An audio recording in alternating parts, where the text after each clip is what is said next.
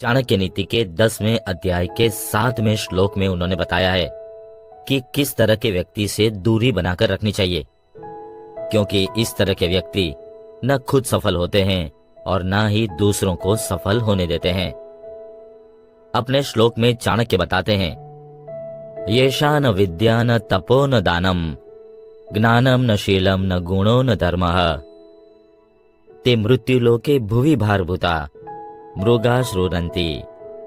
अर्थात जिस मनुष्य के पास विद्या न हो, तप या दान नहीं देता हो, जिसके पास ज्ञान नम्रता भी नहीं है और जो गुण और धर्म का आचरण भी नहीं करता, ऐसा मनुष्य पशुओं के समान इस संसार में घूमता रहता है।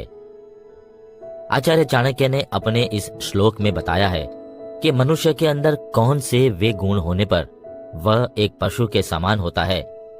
आज के एपिसोड में हम विद्या पर चर्चा करेंगे।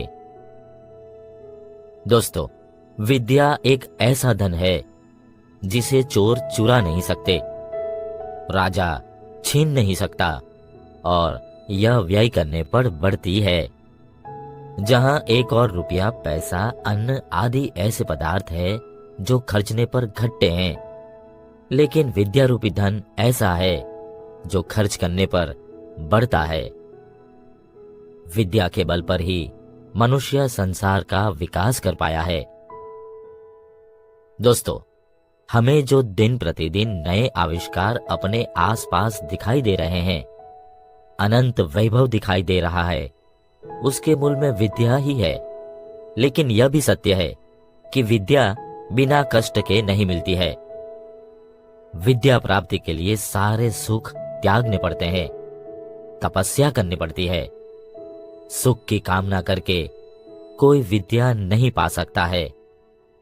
दोस्तों, विद्या से ही मनुष्य में नम्रता आती है, नम्रता से योग्यता आती है, योग्यता से मनुष्य धन कमाता है, धन से वह धर्म और कर्तव्य का आचरण करता है और धर्म के आचरण से सुख की प्राप्ति होती है।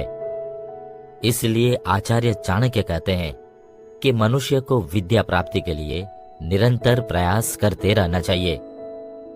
विद्या गुरुजनों की सेवा से या एक विद्या देकर बदले में दूसरी विद्या लेने से मिलती है, पर विद्या प्राप्ति के लिए नम्रता और साधना आवश्यक गुण है।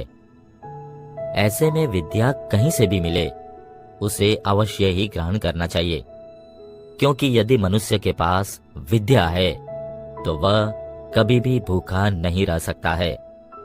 साथ ही हमें मान, प्रतिष्ठा, यश और लक्ष्मी देने वाली विद्या की आराधना में निरंतर तत्पर रहना चाहिए।